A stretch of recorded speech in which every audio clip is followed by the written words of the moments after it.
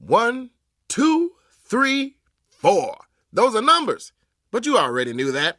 If you want to know what number you're going to pay each month for your car, use Kelly Blue Book My Wallet on Auto Trader. They're really good at numbers. Auto Trader. Jesus, you're gonna kill that guy! Of course, I'm a Terminator.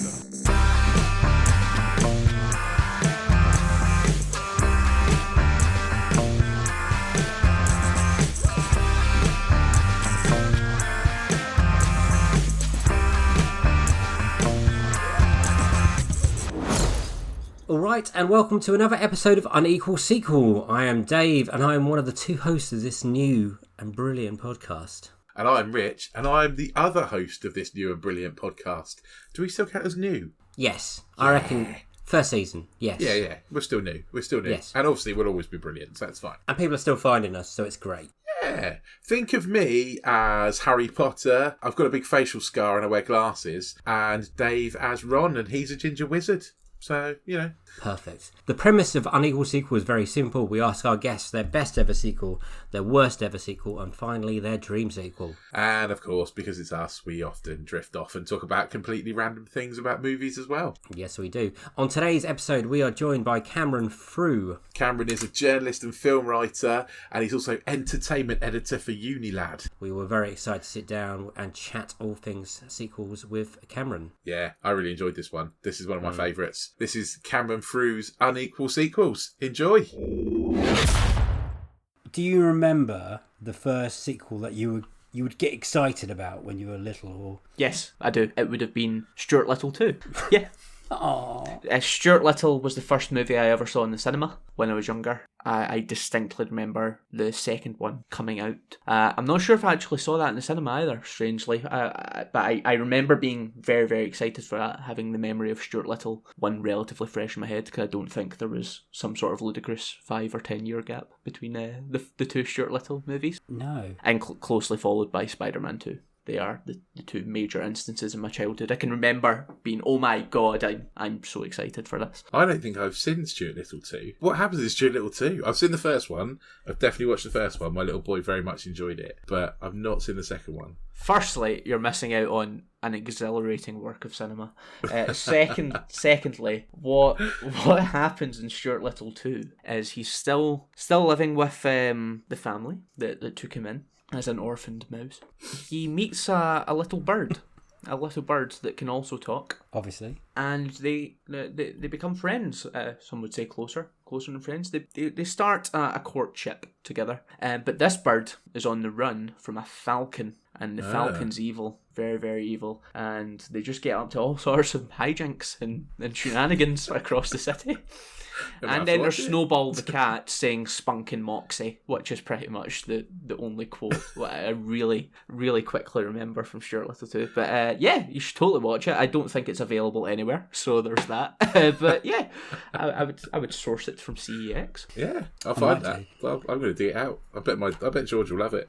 Is it Michael J. Fox is the voice? Yes. Isn't it? Yes, it is. It's an amazing cast. Hugh Laurie, Gina Davis. I'm trying to remember who voices the Falcon, but I'm sure it's someone absolutely ludicrous for a movie like Stuart Little. Can I take a guess? Tim Curry. Tim Curry is a superb guess, and it's actually along the same sort of lines that I believe Stuart Little 2 goes with its casting. It is James Woods voices the Falcon. Oh, yeah. Oh, nice. Yeah. Yeah, so there you go. Yeah, there's my answer. Nice and easy. That didn't put me in the spot. I'm more concerned about the courtship between a mouse and a bird, to be honest. Far How's that more. gonna work? Listen, if Guillermo del Toro can do it in Shape of Water with a fish and a lady, This is true. Stuart Little 2 doesn't need to make too many leaps between the talking mouse and bird. Yeah. Was that the first trip to the cinema for you? Was that? I can't even remember what year Stuart Little 2 was, to be honest. Well, so Stuart Little, the first one was my first trip to the cinema, and that came out, if I'm correct, in 2000. So I would have been 3. I would have been 3. I was born in 1997. You're still old. I feel very old. I was 20 in the year 2000. Sorry. I am ancient. I do apologise for that little bit of existentialism, probably bringing it in. Yeah, Stuart Little was my first trip to cinema, and I believe that was followed up by Recess, School's Out.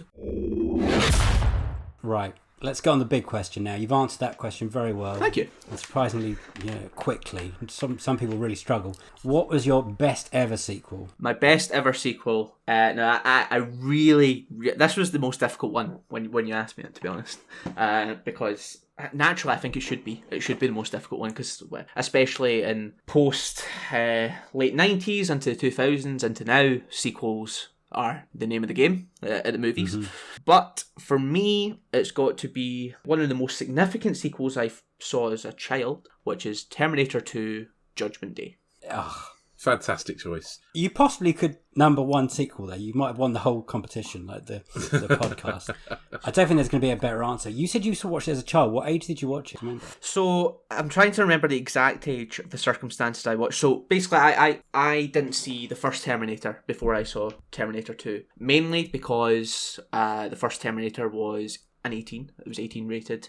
My dad made the executive decision at probably the age of 5, to be honest, that the first Terminator may just be a little bit much. A little bit much for me. But Terminator 2, admittedly, it is violent, but it's not quite as adult, I suppose, as the first Terminator. So he took me to Woolworths. Amazing. It was the first DVD I ever bought for myself with pocket money, whatever, because it was down to, I don't know, nice. On the sale at like $7.99. Or something like that. Terminator 2 Ultimate Edition. I remember it. It was a big silver cover. I was the same. I saw Terminator 2 before I knew Terminator even existed. And I think most people are the same. Is that actually... I think I did as well, yeah. Straight in at the sequel. Because Terminator's kind of a B movie, right? It's not even like a... you wouldn't class it as being like a blockbuster. But yeah, Terminator 2 just notches it up that extra level. I think I was 12, maybe, when I saw it. 11 or 12. Does that make sense? I think Terminator has benefited from Terminator 2 immensely, because I would now see Terminator as a bit of a blockbuster,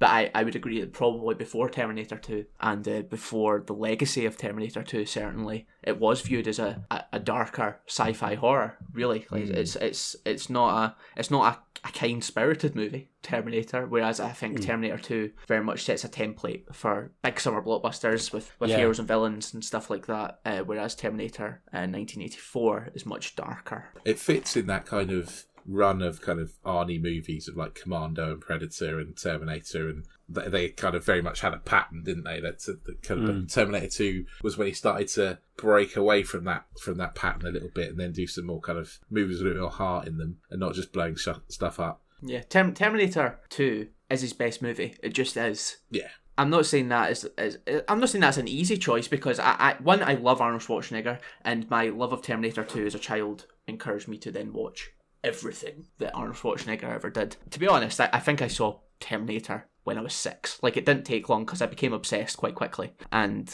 my dad's VHS tapes didn't last long before I just forced his hand. I was like, I'm watching it.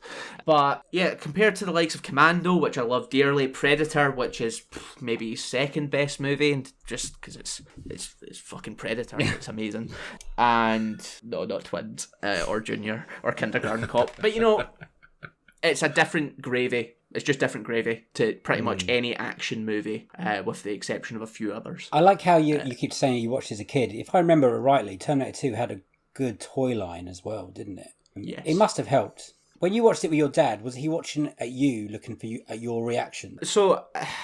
Because I think I would. It's interesting. So that's kind of something that I regularly think about almost. That I look back to the experiences of watching films with my dad, just exploring his VHS collection. I think he was more interested in the reaction after the movie finished, and I would quite often take the video away to like my own room or my grand's bedroom, because I had a VHS TV combo, and I would obviously come out beaming like any child would be after seeing Terminator 2 at the age of 5. And that was pretty much just the case for any of those era movies, or even RoboCop, which I watched when I was 8, because my dad considered that particularly egregious to watch as a small child because of the amount of swearing in it, or Point Break. Point Break, that's slightly better. But these were all like 18s, but and some of them have been re-rated by the BBFC now. So Point Break's a 15. I believe the first Terminator's a 15. RoboCop is a 15. But back then it was like naughty, I suppose, to want to watch these I mean, movies. he literally gets shot to pieces in RoboCop, like really early on. Like... Yeah, he does. Yes, he does, and it was amazing when I watched that. But Terminator 2, I just distinctly remember it, and the experience of watching it is obviously stayed with me since I'm on this podcast talking about it. Absolutely. I suppose just really realising that it's a good movie. It's just such a good movie, and compared to everything I'd watched up to that point. Again, different gravy. Yeah. And it still is. I watched it a few years ago when it got released in the IMAX again, and that was an experience. You forget how it's kind of ageless. It's some of the stuff is aged so well, and the stunts are amazing. The special effects and the bit where the helicopter goes under the bridge and flies just behind the truck. It's amazing. What are your favourite scenes? Is there anything you really, the scene you really dig? Yes, absolutely. I was hoping you would ask me that. So immediately, my favourite ever thing from Terminator 2 is the way he reloads his gun. The swivel round the wrist. We all did that. I think I did that with any toy gun I ever got after that. And the ending. The ending makes me cry like a baby. The first time I showed my girlfriend Terminator 2. It's always the way. And Terminator. She really, really liked Terminator. More than I anticipated, and I don't mean that to disparage my girlfriend, but I make my girlfriend Lily watch a lot of movies, and sometimes I know I big them up in my head to be something they probably aren't, and Terminator had the desired effect, so I was like, right, Terminator 2, let's get on this immediately, because you're going to love it. You're going to love it. And yeah, she was getting a bit emotional by the end, but I was like, oh I'm fine. Yeah. I mean, how can you not get emotional? The thumbs up going into the mom. The thumbs That's up, it. man. The thumbs up. Forget all these people that talk about Toy Story 3. No way. The thumbs up as Arnie goes into that molten metal, that's the killer. But I do completely agree with what you said, Dave, that the effects. The movie's ageless. I don't think it's aged pretty much at all in any sort of way. But you could be really, really picky and go through it frame by frame and find transitions and the VFX that maybe don't necessarily hold up. But I think the experience of watching it hasn't changed even slightly. I still feel it's one of the movies that still gives me that same sense of glee that I felt watching movies back then. Now, as like nearly 20 years later after I first watched it. And that is, like you said, because of the stunts, which are just brilliantly choreographed top to bottom. The effects with the T-1000 are still feel groundbreaking to watch compared to some of the really shoddy CGI that gets pumped out in movies today. I think it's better than like Terminator 5 or whatever on now. Yes. Like some of the effects in the later ones, like Terminator 2 looks way better. Yeah. Way more convincing. Yeah. And Robert Patrick is insanely good. Like he was born to be a Terminator. He's so good in that. Terrifying. He is absolutely terrifying. And obviously the movie is taking on some sort of extra cultural relevance because he's a police officer that is such an overt villain. But that stuff aside, the commentary side of it, he's just brilliant. He is so intimidating. Pretty much from the moment he's on screen, I think you do get the idea that he's not quite there. So as opposed to the first Terminator, when you see Reese for the first time, I think everyone knew. It's like, oh, this guy's here to save the day. Whereas when Robert Patrick appears, compared to the Terminator going to the bar, it's like, these guys both don't seem really nice. Like he's really stoic, unnatural, and he's fucking fast. He is like lightning. Along all the roads that he runs. I think I read a fact somewhere that he managed to achieve. He was running faster than the camera crews. Basically, they were like tight. They were running along with him in the car, and he was outpacing them just because he'd got his running bit. And it's obvious, but he's just so mechanical. I appreciate the running motion does not work in the form of a podcast. We appreciate so it. everyone knows. Yeah, don't worry, we got that. I was going to say, I think you can kind of see a pattern for some of your later choices from Terminator 2 as well. I think that's certainly for me, having not watched your third choice, I'd not seen before, I'd not heard of it at all. So I watched it for the very first time yesterday, and my initial reaction was kind of, there's Robert Patrick in Terminator 2. Okay, first of all, I cannot wait to then talk about it since you've just watched it. And secondly, you're absolutely right. All of my dad, I write about it quite often. Any features that I do about my personal film viewing experiences all tie back to that cupboard in my house, with the top shelf, with 18 certificates piling to the roof, and 15 certificates for Terminator 2 are all indebted to what I like. Oh, amazing. And were you a big fan of Linda Hamilton back there as a boy? She was brilliant in this. Yeah. Yes. And the change from Terminator 1 to this is just so clever. She's a badass. Like, she is seriously just incredible in this movie. That, like, the build is obviously at that age. And you know what? To be honest, even now, it's not necessarily normalised for strong action stars to appear on screen with such an incredible build. I mean, we all saw the response to The Last of Us 2 when Abby was such a built character, and that just kickstarted such needless backlash. And when you look at Linda Hamilton in Terminator 2, when she is jacked, and she deserves all the praise she continues to get in the years since the movie's come out. I think she very much holds the soul of the movie, along with Arnie, obviously by the end. But yeah, just again, another integral part of my film viewing, that is, she is a character. Sarah Connor is someone I take with me pretty much any movie I go into now. It's a sequel that maybe, trying to pick my words here, what a good sequel should do is should take key components of the first one, then slightly change it, but have the characters that you all love. And this film does that, and a lot of films now try and copy it. Did you appreciate that, or do you like the difference between the first and the second? Yes, like hugely.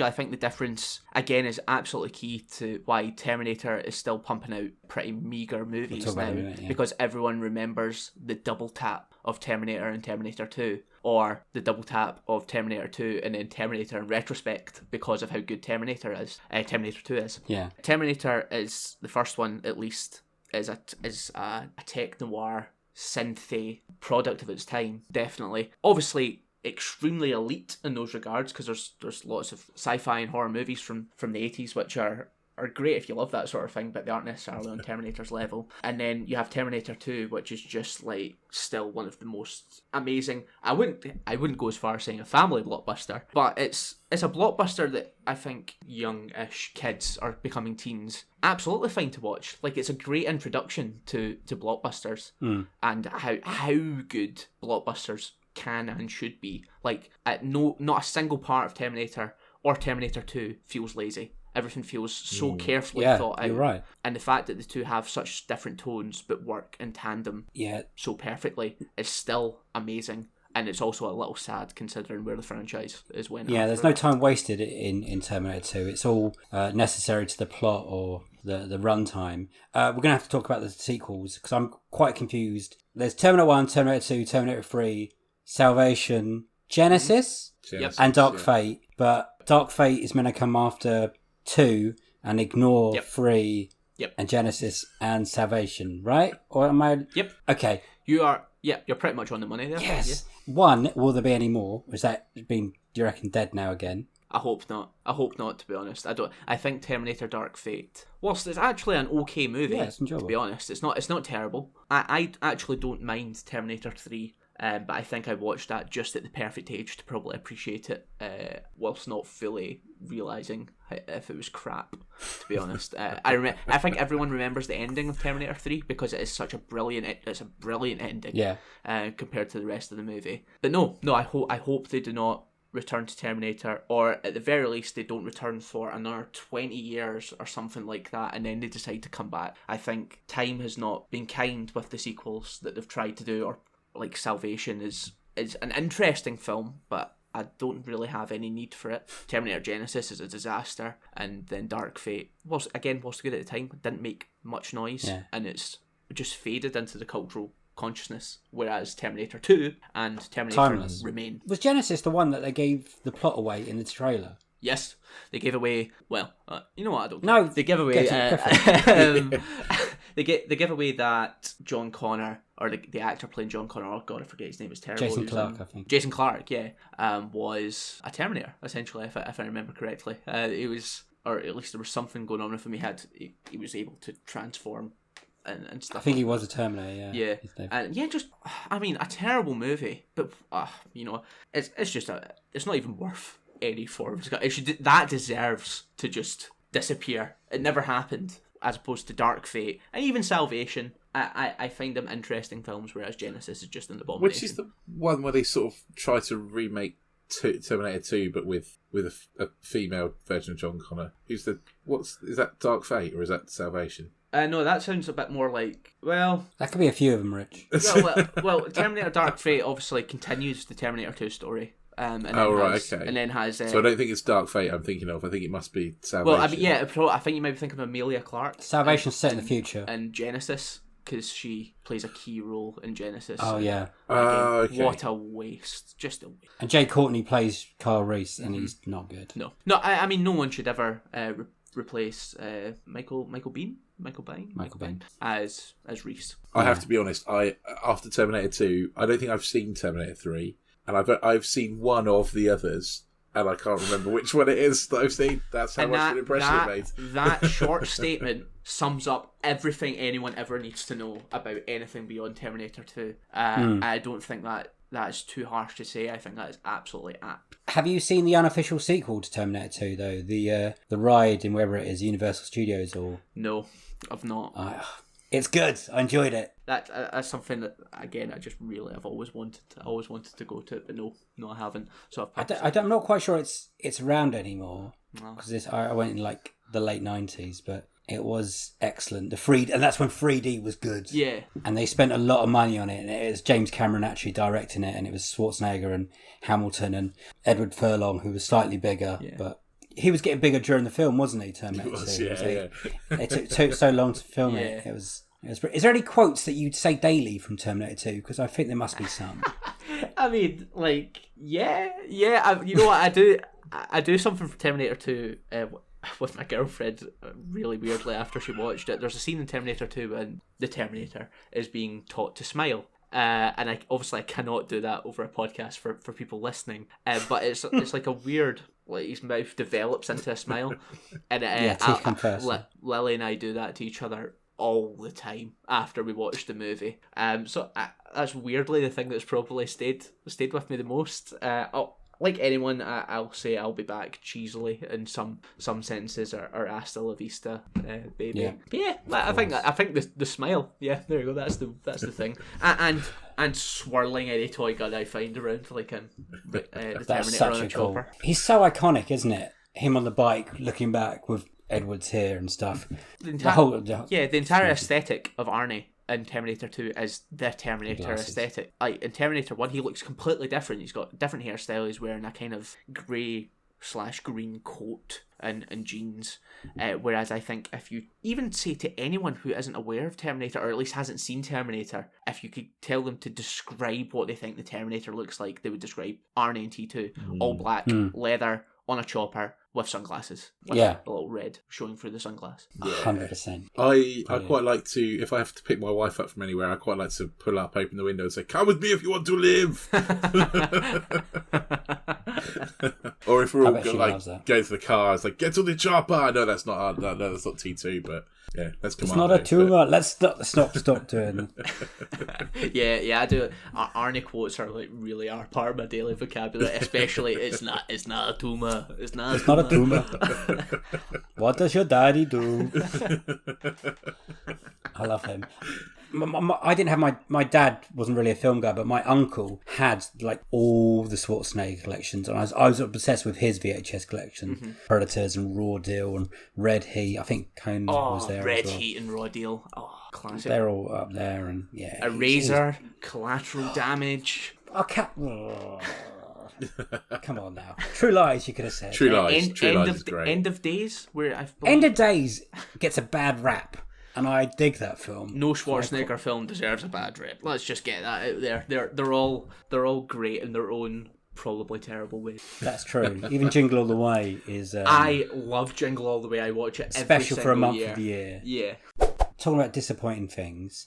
What is the most disappointed you've been to a sequel? So not bad. So it doesn't have to be a bad sequel. It's just disappointing. Before I give my answer, is this the second answer of the three, or am I going to? Okay, right. No. I just don't want to mix them up because. So it's not a bad film. So it's one you're really looking forward to. I'm going to give you an example. Matrix Reloaded. Okay, firstly, leave Matrix Reloaded out of this because it is amazing. It's so good. You know what, if you said Revolutions, I'd be like, yeah, totally, no problem. Fine, Revolutions. I can get on board with the criticism of that, but Reloaded is just It's got delicious. one good car chase and that's it. Wrong. It's got the big fight where he ludicrously beats up all the Agent Smiths. Yeah, but it looked bad then. Oh no, no! And the music in Matrix Reloaded is tremendous. Right? No. I'm not getting into Matrix, no, because I'm telling you my most disappointing sequel. Okay, if I can think of that, it's probably, if I'm on the spot, I would say Glass. Okay, yeah. Glass I found immensely disappointing.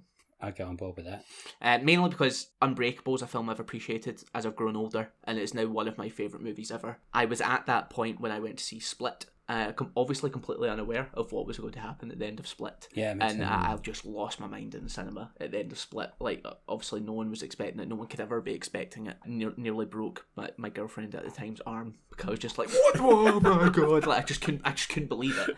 And then obviously the excitement just immediately started for the inevitable sequel. And I know Glass has its defenders, but I'm not one of them. No. I think you've absolutely hit it on the head with that one, because it's just incredibly disappointing. It's just not what I expected, and I'm not saying a film needs to be what I expect, because that's dangerous territory. I don't mind it going outside the box, and it definitely does. It just made choices that didn't rub me the right way. Didn't rub me the right way at all. No, it is. You're right, David. It's dull and it's kind of cheesy. The other two are so dark and so different. Like, you've never seen a superhero movie like Unbreakable. It was so time, different. It did not do well. Well, no, but it's a great film. And Glass, like you say, it's just boring. It's just like formulaic. Yeah. I've never went back to rewatch it, to be honest, and I've rewatched Unbreakable a lot since and Split, but I can't. You're so right, though. I was in a screening of Split that had a Q&A afterwards with the director. He was there, and no one was expecting, so everyone was just hyped for it. And all the questions were like, does this mean the third? He's like, yes, this is what it means. Yeah. And you're like, fuck, it's brilliant. And then, obviously, that came out, and you're like, ow. Yeah, I still get sad thinking of it. Again, it's just an example of really, really potent disappointment. I've got to be honest. I was hoping for Cars 2. So if your answer there, I've said it before on this podcast. I love Cars, and I'm not a fan of Cars 2. I'm not going to try and defend Cars 2. Cars 2 is awful, but I read your article of defending Cars, and I feel exactly the same. I think Cars is a great movie.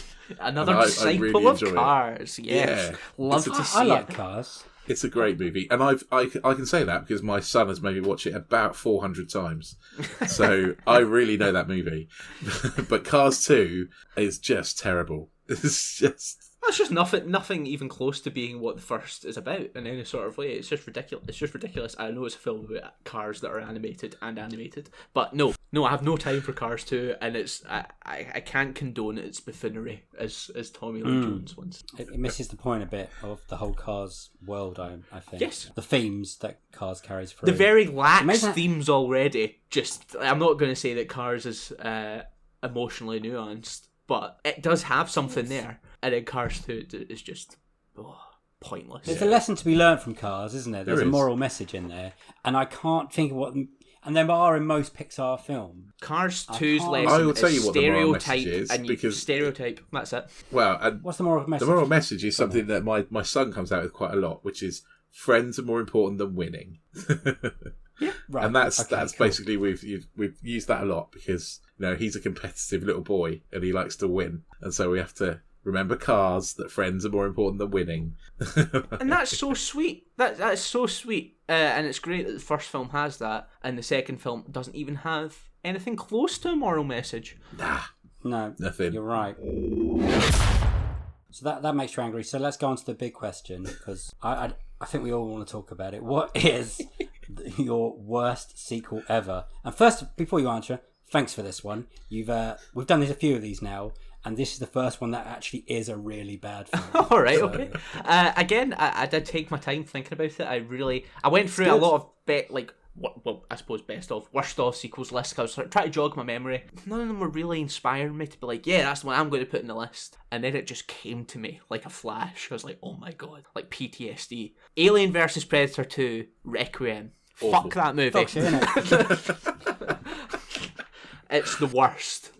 It's the worst. Why is it the worst to you? And then we'll jump on. It's the worst to me because I grew up loving Aliens. Again, that's just another area of my slightly inappropriate film-going youth. I bought I watched Alien at a very young age, and Aliens, and became very, very obsessed with that world. I thought it was so cool and scary, but not too scary. And then obviously by proxy, you then discover Predator. And I liked Predator 2 when I was a bit younger, and now I'm okay with it. When Alien vs Predator was coming out, so that came out in 2004, I believe. Yeah, we were at uni when it came out. Yeah, well, obviously, give or take a year. I know. I was young. I was about 8 when Alien vs Predator was coming out, and I was so excited for it, as any 8-year-old boy that watched Alien and Predator as a slightly younger child would be. It was like the ultimate event. It was my end game at that time in my life. I remember seeing trailers for it and just thinking, oh my god, like this is going to be like the best movie of my entire life. I've been waiting my life for this at the age of 8. And you know what, I still don't mind Alien vs Predator. I'm not going to even tend or vaguely defend it as being as good as its predecessors. I think it's a PG-13 Alien and Predator movie that kind of knows what it is. I think clearly wants to have fun with Alien and Predator in a way that isn't scary, the way it's like an action movie. And when they do fight, it's fine. It's fine, and it's, you know what, it's watchable. That's the main thing here. It is watchable. And then Alien vs Predator 2, I had no idea was even a thing until I saw the DVD in Tesco. Obviously, like however many years later, when I was with my mum and dad on the Sunday shop, I was like, oh my god, what? And then my mum and dad just, I didn't really even need to ask because they knew I would desperately want it, and they're like, okay then, you can get it. Straight in the shopping basket, straight home. It was the edition too nasty for cinemas or something like that. I was like, great, so excited, put it in. Oh my Christ, it is diabolical. It is the worst thing. It's an insult to everything. It's terrible writing. Again, it's just completely uninformed about itself. Like I say, Alien vs Predator, the first one, I still feel likes where its roots are, if it's clearly just not bothered about honouring them too much. Whereas the second movie is Alien and Predator fighting in a shitty slasher movie, basically. Most of all, you cannot see Alien or Predator throughout the movie. That is fucking dreadful. I'd never seen it before. I still haven't seen Alien vs Predator, but I watched it obviously for the podcast today, and I tried to note down some positives. Please, and I have one. It's mercifully short. that's okay, all I've you know got. what? Yeah, I'll take that. There we go. Good for AVP2. You have a positive. It is mercifully short. I you know what? See, to be honest, I don't necessarily hate the concept of Alien vs Predator 2. I don't inherently disagree with using a slasher movie sort of backdrop for a face-off between Alien vs Predator. I think that on paper is really interesting and could be really fun if done quite nastily, I suppose. But it's just not. Every character in it is borderline unlikable, if just completely forgettable from scene to scene. Yep. Set pieces and chases. So there's a bit in the swimming pool, which I do distinctly remember, and I remember thinking, God, that would be scary if an alien was in a pool, if I could see it. Like, yeah. An alien. If it wasn't just a wave.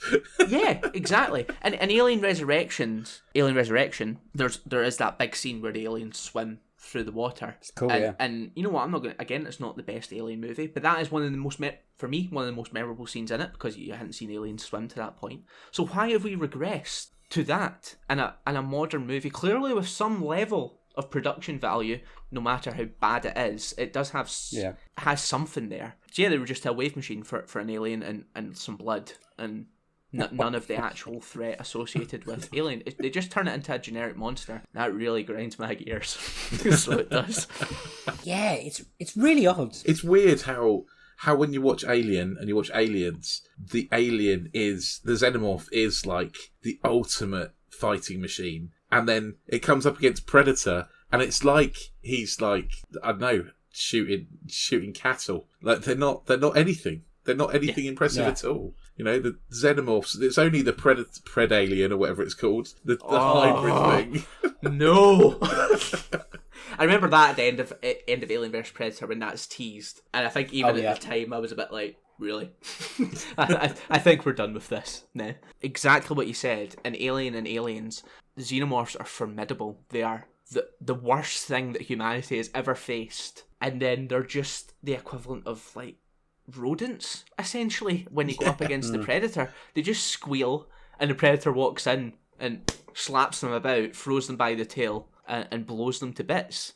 Or they get soaked with acid. It's just it doesn't feel like there's any love for the characters, especially in AVP2 when they face off together. They are just they're just slasher villains that happen to be facing off against one another. It completely lost me when the facehugger jumped on the little boy in the woods. I was like, it's the first 3 minutes. too far. Yeah, it's 3 minutes in. Yeah, literally. I was like, it's too far. You know, it's become. You know, they've obviously gone for that such high shock value that it's just. It just ruins it, I think. Yeah. And so I remember seeing that and thinking, is this what the rest of the movie's going to be like? Because you know what? See if the rest of the movie went along that real level of shock value, at least it would be distinctive and it would probably be memorable. But after that first scene, it's just a handful of moments that I have vague memory of. Yeah. Until they call in the National Guard in when the 2 people are missing.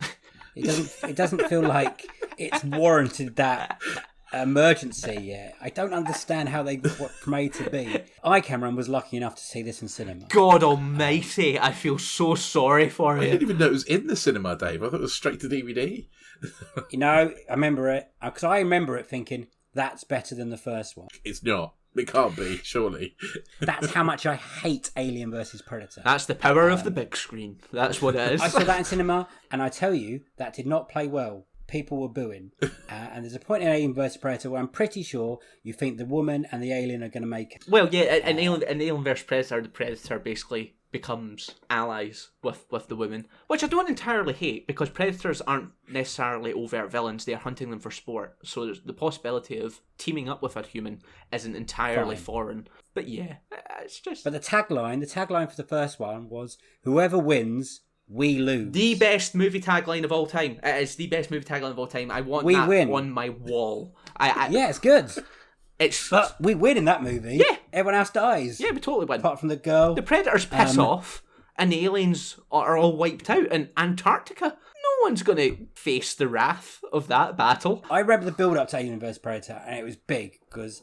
They talked a good game. Paul W.S. Anderson, who's not my favourite director, he was like, yeah, we've got big people with big guns. And they showed a clip of just like 3 predators like mowing down hundreds of aliens. And I thought, fucking hell, this is going to be awesome. Yeah. And then you get in there and it's not like that. There's about 5 aliens in an underground igloo that come and get attacked by predators, because every few hundred years or whatever, it's their hunting ground. But also at the same point, obviously the humans discover it, don't they? Mm-hmm. So they're all pissing about in there and set off loads of traps. Oh man, it's bad. And like you said earlier, you were 8 and you were looking forward to it because it is a PG-13 Alien versus Predator film. And I tell you, the audience that I was in was not happy with that. Yeah. They were expecting something a lot more violent. Well, it's like the curse, isn't it? I remember when Die Hard 4 was even coming out, and I desperately wanted it in the UK to be a 12A. Because you're a kid and you want to be able to see everything. And then it was a 15, and even then it's a little bit sanitised compared to what Die Hard, at least the first one, was. And now as an adult, I gatekeep my age ratings quite staunchly, and I do feel sorry for my former self of what I've become, because I just movies shouldn't be sanitised like Alien vs Predator is. It's one of the most criminal examples of it, and that's coming from someone who doesn't mind the movie. It is a hugely criminal example of making a movie for a mass market when you could just up it. This one was bad. I just remember sitting there thinking it's very dark. Even I was texting Rich last night about it. I was like, the grade is so bad. Even before it gets to nighttime and you can't see anything. No. And when they're fighting, the cameras all over the place. And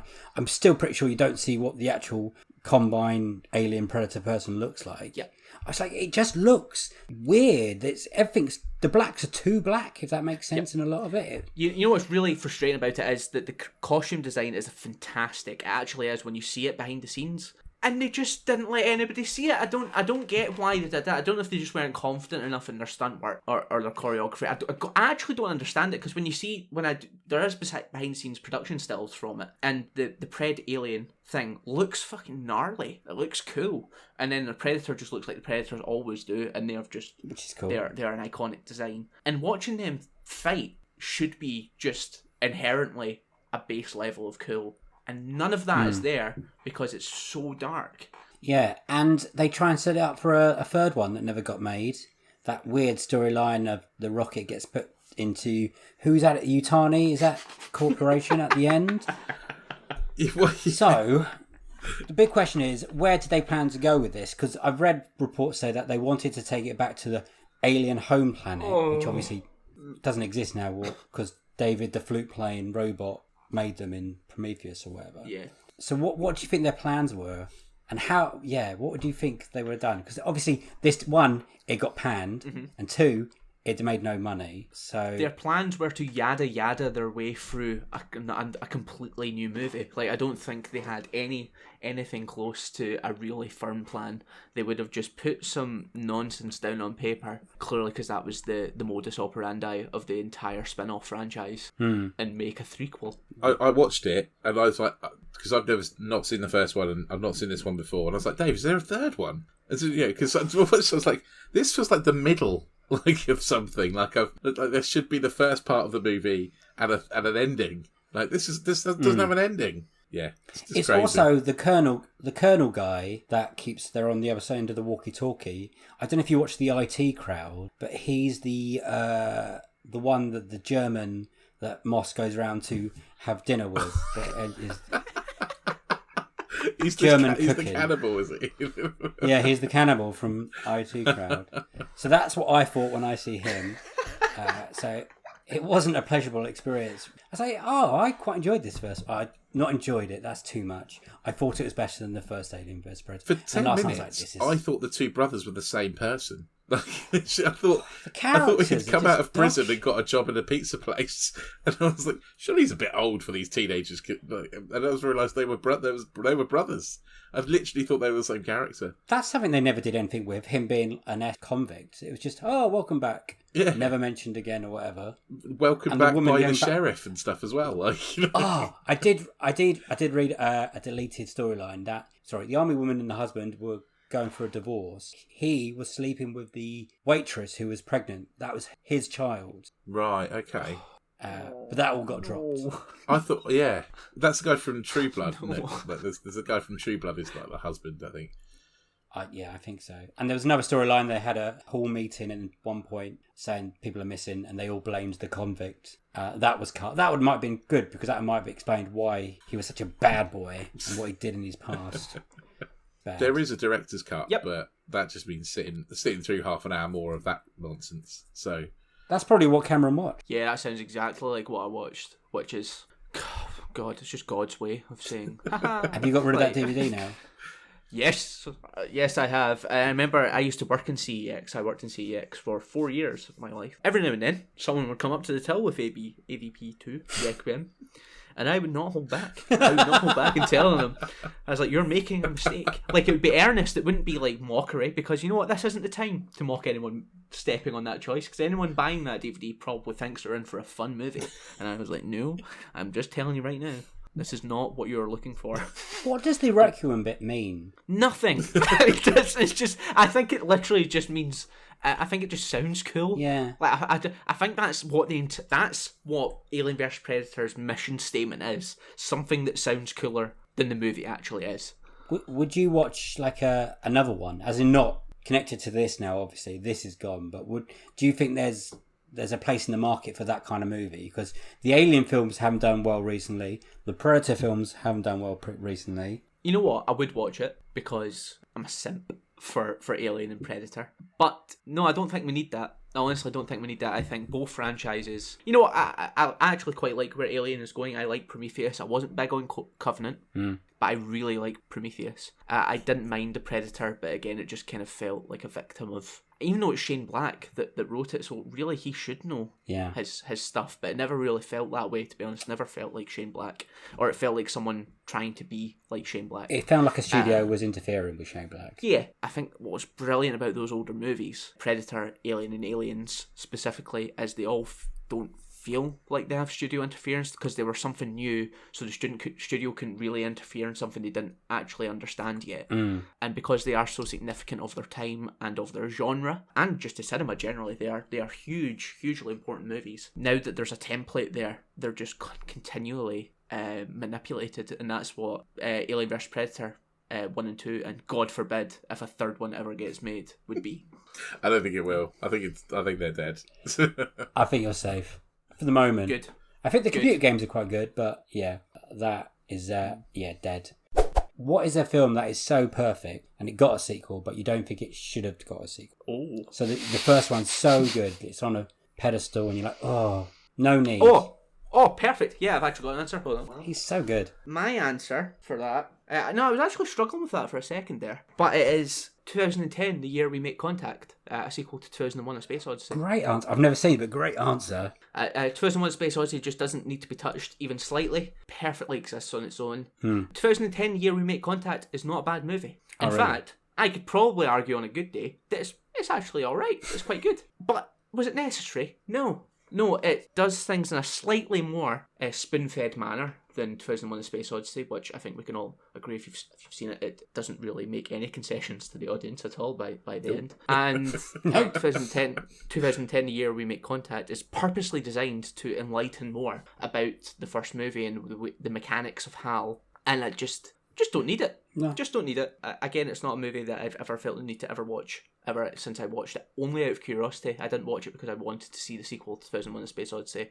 It was just because I was like, oh, this is missing from my filmography. And so yeah, there you go. Aha! Yeah. Another question on the spot. Easy. I didn't even know that was a sequel until a few years ago, to be honest. I didn't even know 2001 had it. I'd never even heard of it. No, that's the first time I've ever heard of that existing. So HMV have a premium collection edition of 2010, the year we make contact, if you're interested in swiping up. You know, it's lovely, but just ultimately unnecessary, and clearly hasn't even touched the legacy of 2001. Thankfully, it hasn't harmed it in any sort of way either, because it is just a bit of a footnote in the film's wiki page, essentially. Amazing. Great answer.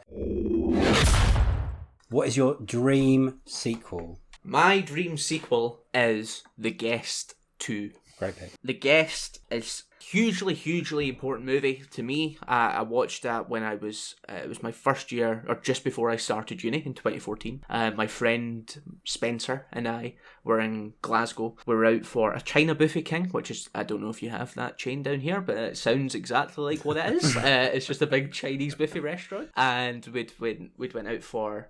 We're just chilling in Glasgow because we're still 17, and we decided to go to the cinema. And now, anytime I go to the cinema now, and even back then, that was generally preordained. There was a very firm decision made about which movie we would go and see. That day, we were just like, oh, let's just go see whatever's on, which is madness to me, because even now I'm like, why did I do that? I'm glad I did, but I wouldn't do it now. We saw this film called The Guest, and I was like, I'm curious, so let's just go see it. Blew our minds. It was just exactly what you said earlier, crafted for me.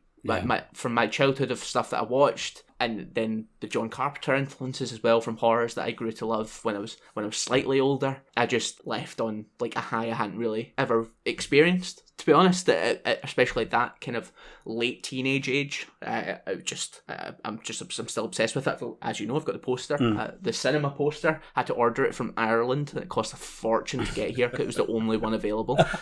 Nice, brilliant. I'd not heard of this film at all, and I watched it for this podcast, and I really enjoyed it. I really enjoyed how sinister it is. I tried to explain it to my wife afterwards, and she's like, oh, it just sounds like a horror film. And I'm like, it's not a horror film. It is a horror film, but it's a thriller, and it's an action movie, and it's got as much to do with Commando or Roadhouse as it has to do with, like, a psychological thriller or a slasher horror movie. No jump scares, but still scary as hell. I love it. It's great. I could kiss you. It's perfect. That is exactly on. Like, I mean, there's nothing really. There's not an awful lot more I can say on top of that to really sell it or give it its due. That is exactly how I feel about it. It's got so much going for it. It makes me feel all sorts of ways. And the main thing it does and is cool. It is so cool. The music is immense. The music's incredible.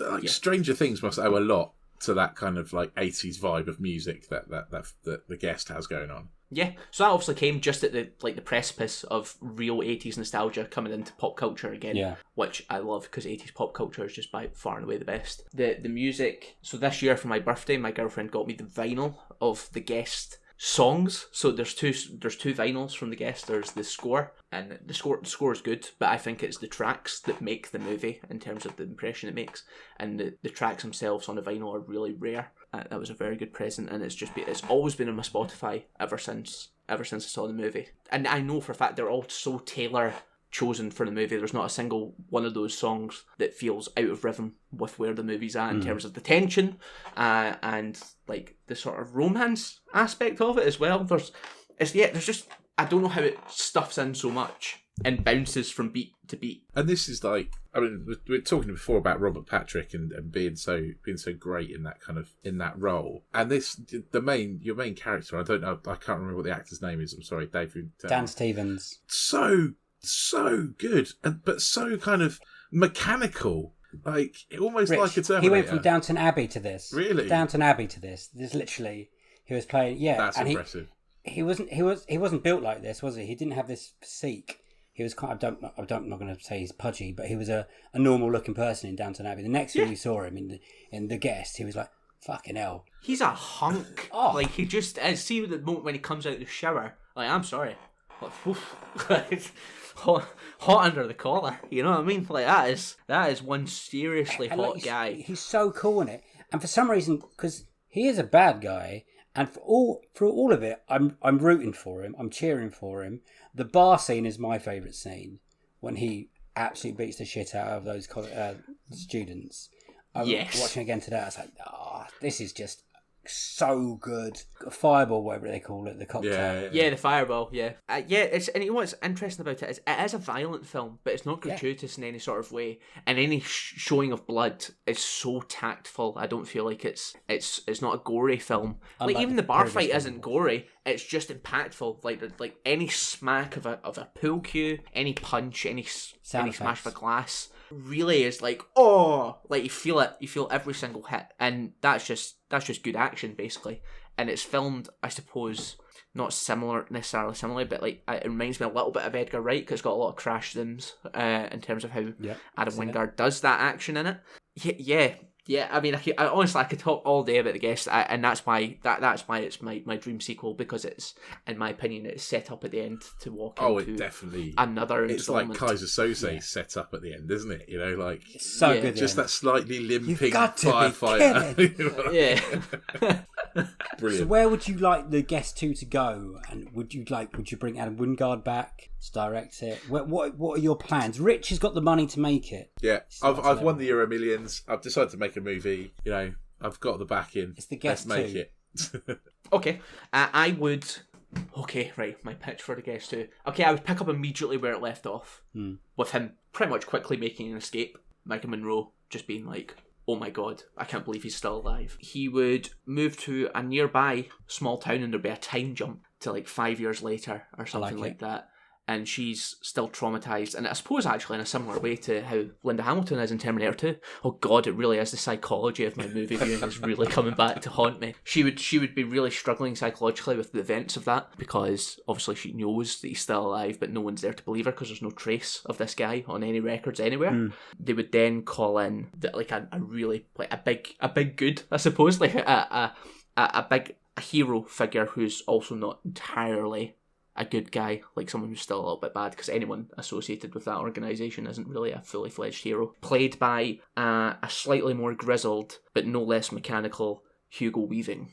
Oh, wow. Okay. Yeah. Nice casting. That I would like it to end after the second one. I would like it to be like another kind of big cool showdown, like how the movie ends in the school with a lot of synthwave and retro neon lighting and that sort of thing. I wanted to lead, but something even bigger, like something even more ridiculous. I don't know how you really up that, whether it's like at a full-on rave, a full-on synthwave rave. Would you keep that under the 80s underscore tone, or would you update it a little bit to 90s and maybe... No, you'll keep it... No, I think I would probably keep it in the 80s, mainly just because I like that. And secondly, if I was doing a trilogy, I would be tempted to move it like through the eras, so like 90s, and then it would finish on the 2000s. Yeah. But I think as two movies, it would be nice if it's still picking up relatively soon after in a time jump of 5 years. And because the tone set by the music and the score in the first movie is so significant, I would rather keep that than dare try to revise it in any sort of Do way. you think there's space for a prequel? Because I watched it and I was like, Yes. I want to know where's he come from? How is he like? I think there's space for it. I think there's space for an anime prequel in the same way that like Kill Bill has its little anime that'd be prequels nice. worked into the movie. I'd like to see like a 10-minute short about in the style of grotesque anime violence mixed with Stanley Kubrick Full Metal Jacket about the camp and where they learned to be how they are and how they were made into what they are.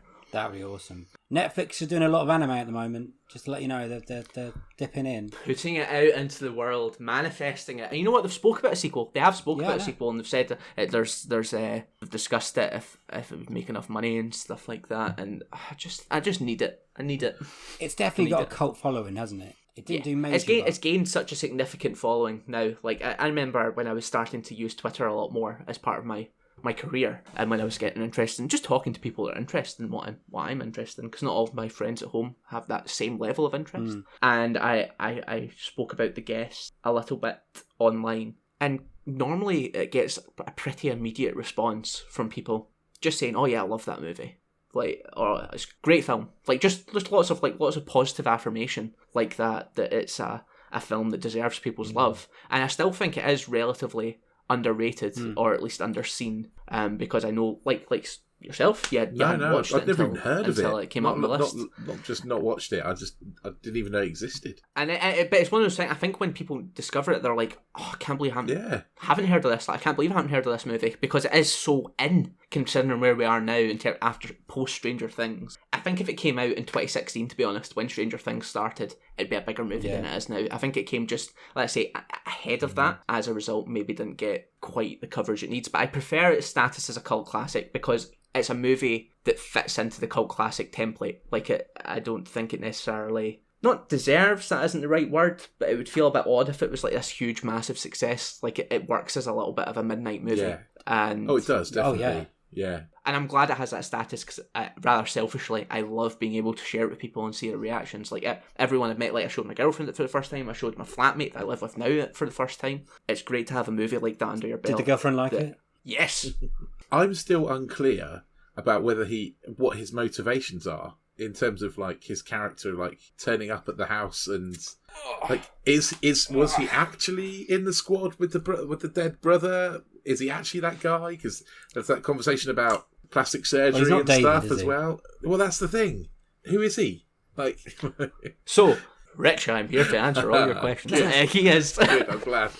So his interests at the beginning, I believe, are entirely earnest. I believe he is there to look after their brothers, the son's family, because he made that promise, because they did go together. And I don't think there's actually, I think it's just sinister because he's a pretty dark guy and he's wired as a psycho. Hence, like, the advice on fighting and the bar. He was trying to fight, help. like, In all those occasions. I think he is legitimately trying to help in his own twisted way. And then it is just as simple as what the Lance Merrick's character says.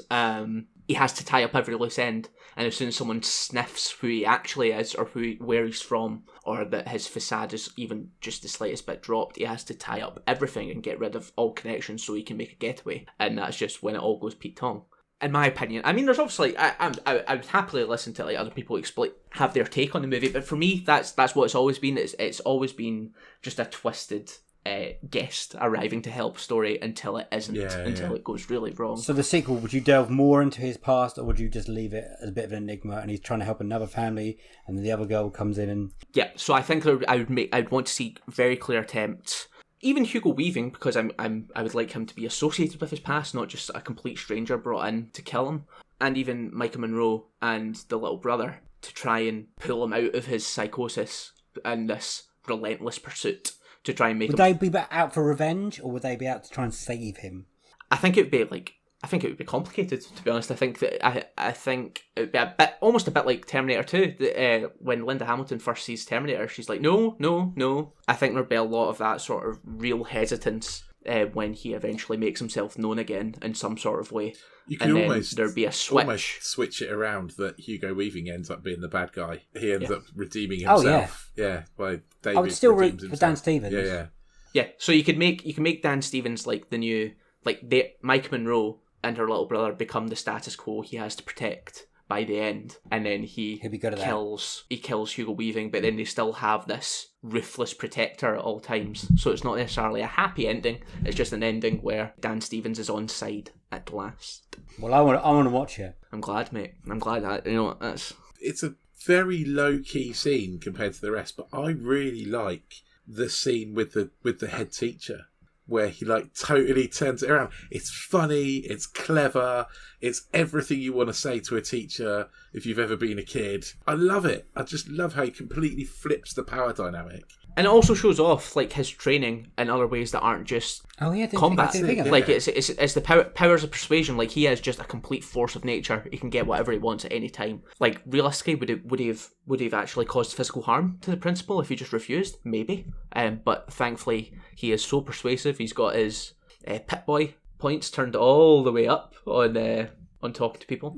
Yeah, I love that scene as well, because it's funny. Like I just said there, I think it just shows that this guy is the be all There's end all. little things he says like cash is always easy to come by. You know, like, you get that kind of that he's not just a killing machine. He's not a Terminator. You know, there's more to him than that. Yeah, it's when he's buying the gun and the guy's like, "Oh, you're going to make a deal." Then he's like, "No, I'm going to kill you." And I'm like, "Oh man, you better run." His accent's so good as well. Yeah, especially like you say, he comes from Downton Abbey, and then he's into this, and he's just seamless. And I didn't watch Downton Abbey, so I wasn't really aware of him when it came out in 2014. Right. And then I realised, and then I went in this big campaign pretty much in uni I was like, Dan Stevens should be the next Bond. I think he's a bit old for it now, probably. Like anyone who you would campaign to be Bond back then would be, like Idris Elba is just way too old to be Bond now. But at the time, I just remember seeing it and coming out and thinking, God, he could be James Bond. Like, I would watch Dan Stevens as James Bond any day. I agree with you. I definitely, and I think he's great in this part, and he should do another one if they're listening. Adam Wingard, I'm going to tag you in.